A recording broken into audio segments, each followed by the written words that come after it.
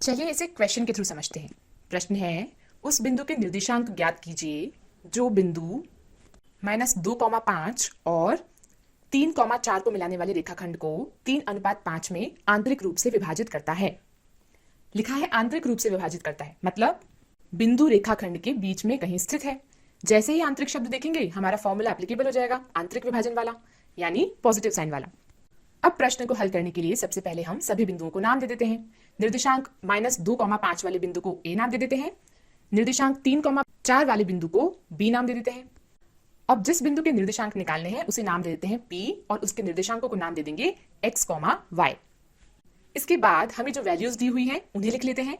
हमें दिया गया है x1 उसकी वैल्यू है -2, y1 की वैल्यू है 5, x2 की वैल्यू है 3, y2 की वैल्यू है 4, m1 की वैल्यू है 3, m2 की वैल्यू है 5।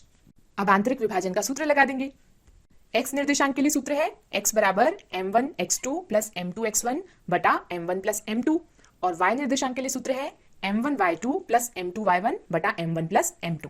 अब कुछ नहीं करना, बस सारी वैल्यूज को फॉर्मूला में पुट कर देंगे। तो ये हो जाएगा x बराबर 3 गुना 3 प्लस 5 गुना ब्रैकेट में -2 बटा 3 प्लस 5 और y बराबर हो जाएगा 3 गुना 4 प्लस 5 गुना 3 बटा 3 प्लस 5।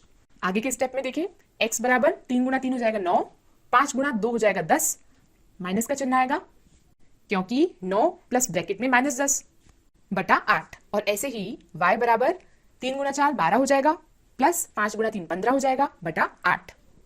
फिर होगा x बराबर 9 प्लस माइनस माइनस हो जाएगा तो -10 बटा 8 और इधर y हो जाएगा 12 प्लस 15 27 बटा 8।